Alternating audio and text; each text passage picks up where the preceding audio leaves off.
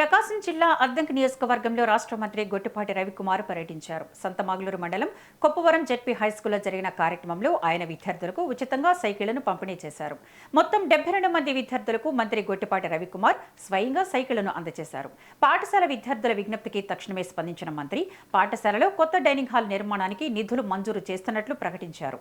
ప్రభుత్వ పాఠశాలలో కార్పొరేట్ స్థాయి విద్యను అందించడమే మంత్రి నారా లోకేష్ లక్ష్యమని, విద్యార్థులకు అవసరమైన అన్ని మౌలిక సదుపాయాలను ప్రభుత్వం కల్పిస్తోందని ఆయన భరోసా ఇచ్చారు. ఎన్నికల హామీ మేరకు తల్లికి వందనం పథకం ద్వారా ప్రతి విద్యార్థి ఖాతాలో డబ్బులు జమ చేస్తున్నామని, అర్హులైన ప్రతి ఒక్కరికి ఈ పథకం అందేలా చూడాలని అధికారులను ఆదేశించారు. పాఠశాలలో మధ్యాహ్న భోజన నాణ్యతపై విద్యార్థులతో నేరుగా ముచ్చటించి ఆరా తీశారు. భోజన పథకంలో నాణ్యత విషయంలో ఎట్టి పరిస్థితుల్లోనూ రాజీ పడకూడదని అధికారులకు స్పష్టమైన ఆదేశాలు జారీ చేశారు.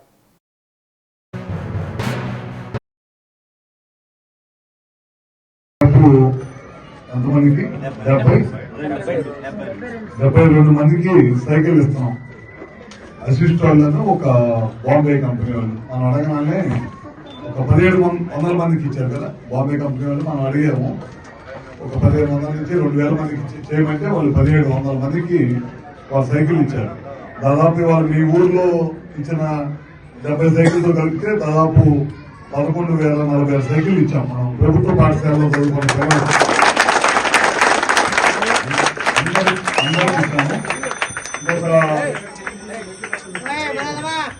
ఇంకొక 400 మందికి ఇస్తే దాదాపు 11,500 మందికి ఇచ్చినట్టే. మొదట 8, 9వ తరగతి చదువుకునే వాళ్ళకి ఇద్దాం అనుకున్నాం. వాళ్ళ పిల్లలందరూ కూడా అడగటం ఇవ్వటం జరిగింది అన్నమాట. పెద్ద ఎత్తున ఇవన్నీ కూడా చాలా మంది దాతలు సహాయ సహకారాలు అందించారు.